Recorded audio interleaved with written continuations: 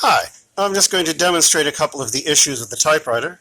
One is that the plus and equal sign key does actuate the motor, but does not move the striker. It does not print, and that's because the linkage down below is broken. The other thing we're working with here is the tab key. It often sticks in the downward position, which might be curable, but it appears not to be functioning as a tab key, but rather as a sort of strange space bar. The clear and set do not seem to have any effect upon the clearing and setting of tabs. They move, but I can't feel any mechanism working, nor can I see any difference in the tab movement. And sometimes there's nothing at all from the tab.